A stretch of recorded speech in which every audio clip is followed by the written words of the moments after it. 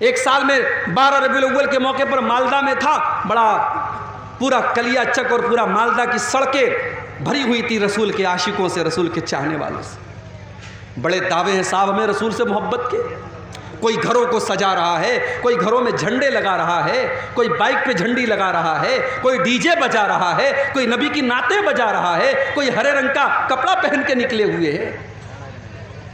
دعوے تو بڑے لمبے چوڑے ہیں نبی سے محبت کے، مگر نبی کا اخلاق کہاں ہے میرے بھائی؟ نبی کی سیرت کہاں ہے؟ نبی کا کردار کہاں ہے؟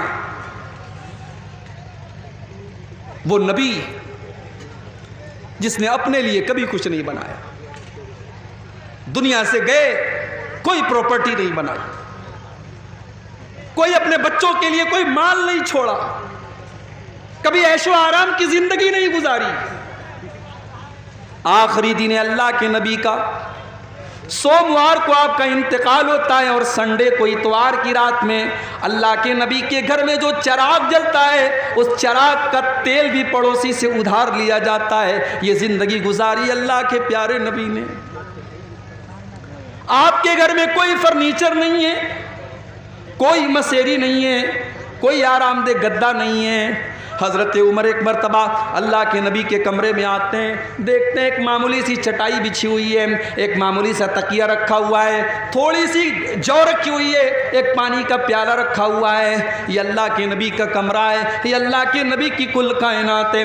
حضرت عمر فاروق کی آنکھوں میں آنسو آ جاتے ہیں اور کہتے ہیں اے اللہ کے نبی، آپ اللہ کے نبی ہو کر اور ہم سب کے سردار ہو کر، ہم سب کے آقا ہو کر آپ ایسی زندگی گزارتے ہیں۔ اے اللہ کے نبی، قیصر و کسریٰ تو اپنے اپنے دربار میں عیش و آرام سے رہتے ہیں، آپ ایسی زندگی کیوں گزارتے ہیں؟ اللہ کے نبی فرماتے ہیں اما ترضى ان تكون لهم الدنيا ويكون لنا الاخرہ۔ اے عمر، کیا تم نہیں چاہتے کہ قیصر و کسریٰ کو تو دنیا مل جائے اور تمہارے نبی کو آخرت کی نعمتیں مل جائیں، تمہارے نبی کو اللہ کی نعمتیں مل جائیں؟ کیا تم یہ نہیں چاہتے؟ اس نبی نے اپنے لیے کچھ نہیں بنایا، اپنے بچوں کے لیے کچھ بھی نہیں بنایا۔ آخری دن جب اللہ کے نبی کا انتقال ہونے والا ہے، آپ کے گھر میں جو جو آتا ہے وہ آپ کی ذرا ایک یہودی کے گھر میں گروی رکھی جاتی ہے تو اس کے بدلے میں جو آپ کے گھر میں آتا ہے۔ اس نبی نے پتھر بھی کھائے، اس نبی نے پیٹ پر پتھر بھی باندھے، اس نبی نے 2 مہینے تک اس نبی کے گھر میں چولہا نہ جلائے۔ میرے پیارے ساتھیوں، یہ ساری تکلیفیں اللہ کے نبی نے کیوں اٹھائی ہیں؟ بس ایک ہی دھن تھی آپ کو، ایک ہی چنتا تھی، ایک ہی فکر تھی، ایک ہی ٹینشن تھی کہ اللہ کے بندے اللہ کی توحید پر آ جائیں، اللہ کے بندے صحیح راستے پر آ جائیں، اللہ کے بندے جہنم سے بچ جائیں۔ اور یہ چنتا اور یہ ٹینشن آپ کو اتنی زیادہ تھی کہ اللہ نے قرآن میں کہہ دیا فَلَعَلَّكَ بَاخِعٌ نَفْسَكَ عَلَىٰ آثَارِهِمْ إِن لَّمْ يُؤْمِنُوا بِهَٰذَا الْحَدِيثِ أَسَفًا۔ اے نبی، آپ کو لوگوں کے ایمان کی اتنی فکر ہے کہ کہیں آپ ان کے پیچھے اپنی جان نہ جوخم میں ڈال دیں، کہیں آپ اپنی جان نہ دے دیں، آپ کو اتنی فکر ہے۔ آپ کو بس ایک ہی فکر ستاتی تھی کہ لوگ ایمان لے آئیں، لوگ توحید پر آ جائیں، لوگ جہنم کی آنکھ سے بچ جائیں۔ آپ نے طائف کے اندر پتھر بھی کھائے، آپ نماز پڑھ رہے ہیں اور عقبہ ابن ابی معیط آتا ہے اور آپ کے گلے میں چادر ڈال کر کے آپ کا گلا دبانے کی کوشش کرتا ہے۔ حضرت ابوبکر صدیق آتے ہیں اور آ کر کے اللہ کے نبی کو بچاتے ہیں اور کہتے ہیں اتقتلون رجلا ان یقول ربی اللہ، تم ایک انسان کو صرف اس لیے قتل کرنا چاہتے ہو کہ وہ اللہ کو اپنا رب کہتا ہے، وہ ایک اللہ کو اپنا رب کہتا ہے، تم اس لیے اس کو قتل کر دینا چاہتے ہو؟ نماز کی حالت میں آپ کے اوپر اونٹنی کی بچہ دانی لا کے رکھ دی گئی، آپ کے اوپر احد کے میدان میں ایسا حملہ کیا گیا کہ آپ کا چہرہ لہو لہان ہو گیا، آپ کے سر سے خون ٹپا ٹپ گر رہا تھا اور آپ کے دانت توڑ دیے گئے، آپ کو زہر دیا گیا، آپ کے اوپر پتھر گرا کر کے آپ کو جان سے مارنے کی کوشش کی گئی، آپ کو آپ کے وطن سے نکالا گیا، آپ کی زندگی میں آپ کی بیٹی کو ایسا حملہ کیا گیا آپ کی بیٹی کے اوپر کہ آپ کی بیٹی کا انتقال ہو گیا۔ میرے پیارے ساتھیوں، یہ سارے دکھ اللہ کے نبی نے کیوں اٹھائے؟ اللہ کے لیے اٹھائے، اللہ کے دین کے لیے اٹھائے، اللہ کی رضا کے لیے اٹھائے۔ ہم بھی تو اسی نبی کا کلمہ پڑھنے والے ہیں، ہمیں اپنی ذمہ داری کا احساس کب ہوگا؟ ہم اسلام کے لیے اور اپنے دین کے لیے کیا کر رہے ہیں؟ جلسہ کر رہے ہیں؟ بہت بڑا تیر مار لیا بھائی صاحب آپ نے، بڑی دور سے چل کے آپ آئے ہیں، آج چمنی بازار میں جلسہ ہے، مگر ذرا اپنے دلوں کو ٹٹولنا کہ کس مقصد کے لیے آئے۔ مقصد اگر یہ ہے کہ عبدالغفار صاحب آئیں گے، تقریر سنیں گے اور صبح آپس میں باتیں کریں گے صاحب تقریر کیسی تھی، اگر یہ مقصد تھا، یا بہت ساری ہماری عورتیں آئی ہیں کہ چلیں آج دیکھیں گے منیر الدین صاحب، ان کو دیکھیں گے آج وہ کیسے دکھنے میں لگتے ہیں، ان کو دیکھنا مقصد تھا، تو معاف کیجئے پھر آپ کا مقصد یہاں آنے کا گڑبڑ ہے۔ انما الاعمال بالنیات، بخاری کی پہلی حدیث ہے، عمل کا ثواب تو نیت کے حساب سے ملے گا۔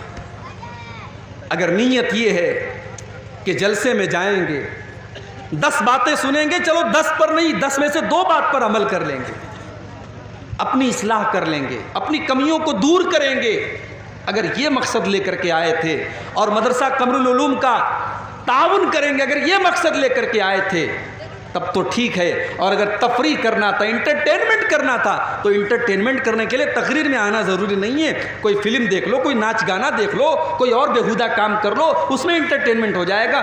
دین کو انٹرٹینمنٹ مت بناؤ میرے بھائی، یہ قرآن و حدیث کی مجلس ہے، یہ دین کی مجلس ہے، یہ پروگرام دین کا پروگرام ہے، اس کو منورنجن کا سادھن مت بناؤ، اس کو انٹرٹینمنٹ کا ذریعہ مت بناؤ۔ یہاں آئے ہو تو قرآن و حدیث کی باتوں کو سنو اور اپنی اصلاح کرو۔ ہمارے نبی کی آنکھوں میں آنسو آ گئے۔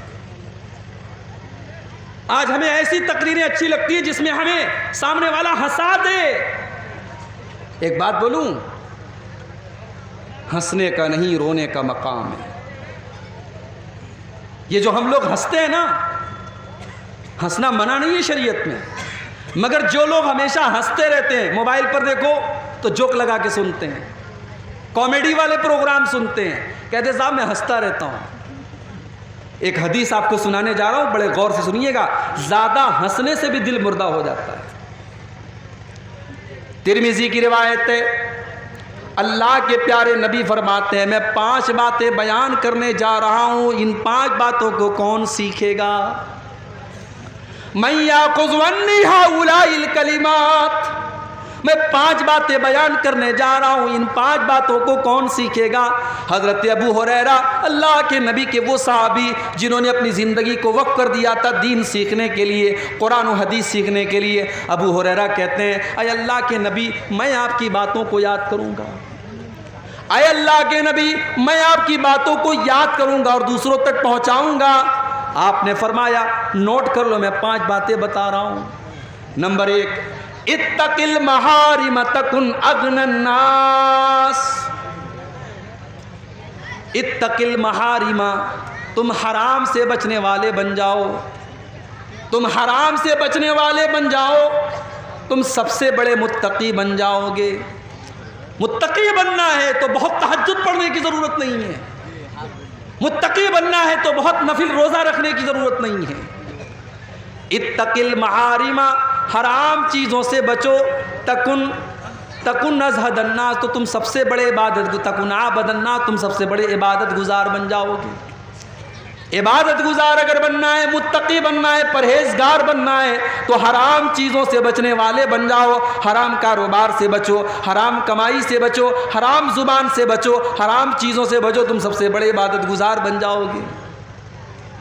اس کے بعد اللہ کے نبی کہتے ہیں دوسری چیز، وَرْضَ بِمَا قَسَمَ اللَّهُ لَكَ تَكُنْ أَغْنَى النَّاسِ، اللہ نے تمہاری تقدیر میں جو لکھ دیا ہے اس کے اوپر راضی ہو جاؤ، خوش ہو جاؤ، تم سب سے بڑے مالدار بن جاؤ گے۔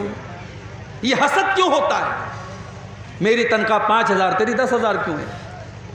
میں 50,000 مہینہ کماتا ہوں، تو 1 لاکھ کیوں کماتا ہے؟ ارے بھائی وہ 1 لاکھ اپنے مقدر سے کما رہا ہے، تم 50,000 اپنے مقدر سے کما رہے ہو۔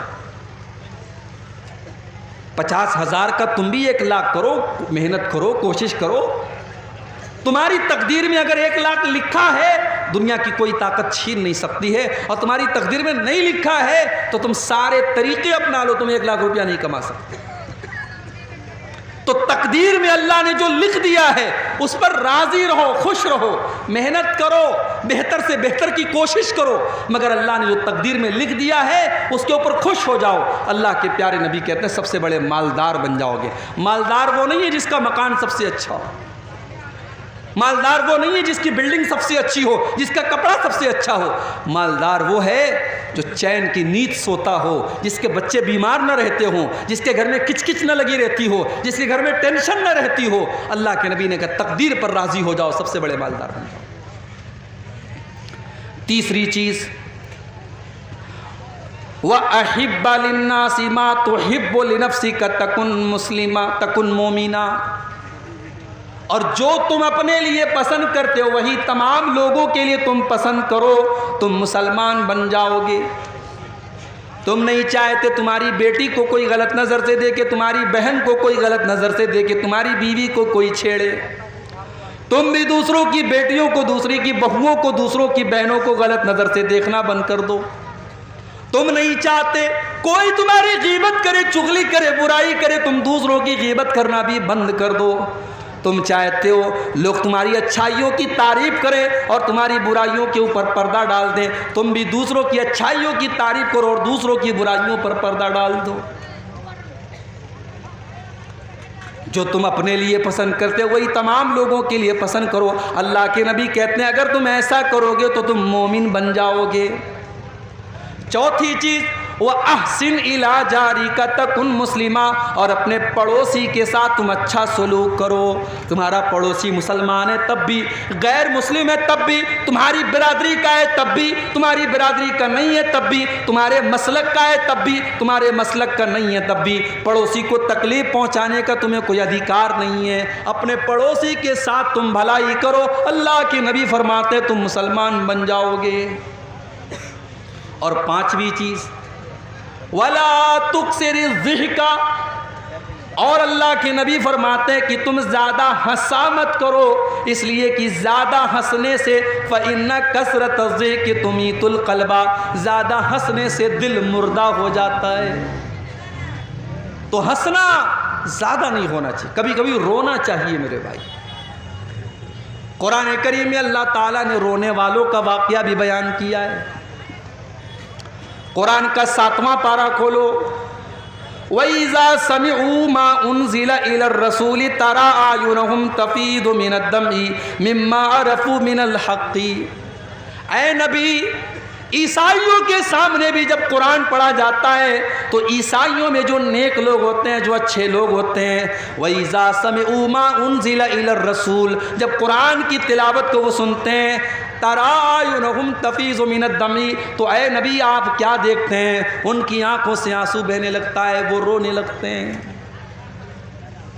حبشہ کا دربار تھا، نجاشی کا دربار تھا، اور مسلمانوں نے حبشہ میں جا کر کے پناہ لی تھی۔ مکہ کے کافروں نے 2 لوگوں کو بھیجا، ان دونوں لوگوں نے آ کر کے نجاشی کو بھڑکانا شروع کر دیا۔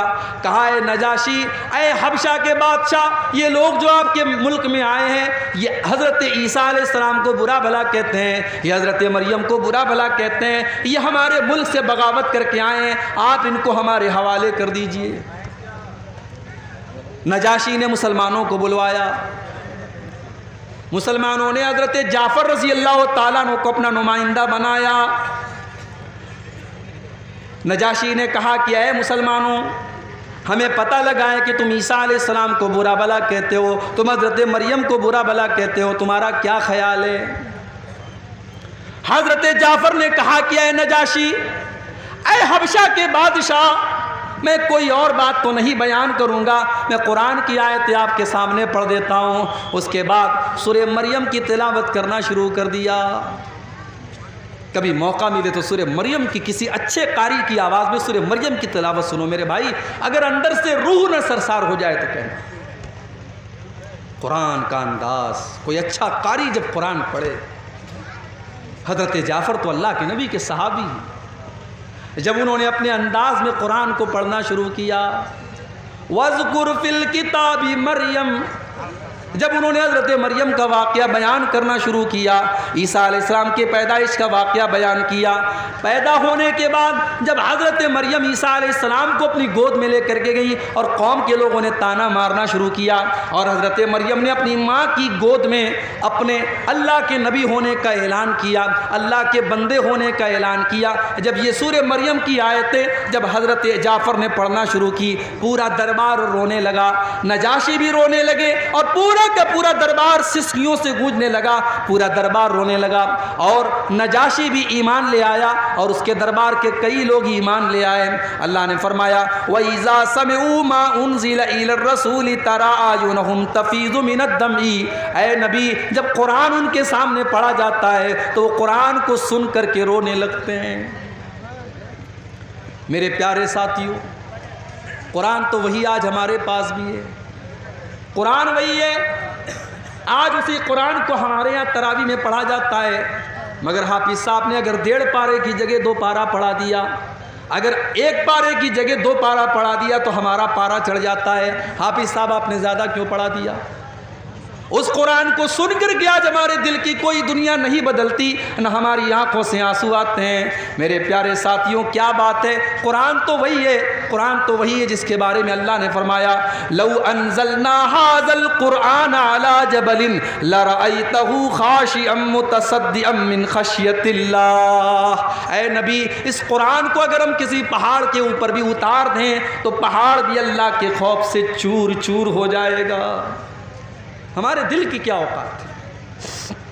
ہمارا دل تو ملائم سا ہے، نرم سا ہے، گوشت کا بنا ہوا ہے۔ اللہ نے کہا قرآن پہاڑ پر بھی اترتا تو پہاڑ چکنا چور ہو جاتا، اور آج قرآن سے ہمارے دل کے اوپر کوئی اثر نہیں ہو رہا ہے۔ اس کا مطلب کہ ہمارا دل پہاڑ سے بھی زیادہ سخت ہو چکا ہے۔ قرآن کا پہلا پارا اٹھاؤ، اللہ نے یہودیوں کے بارے میں فرمایا ثم قست قلوبکم من بعد ذلک فہی کالحجارۃ او اشد قسوہ۔ اے یہودیو، تم اتنے گناہ کر چکے ہو، تم اللہ کی اتنی نافرمانی کر چکے ہو کہ گناہ کرنے کی وجہ سے تمہارے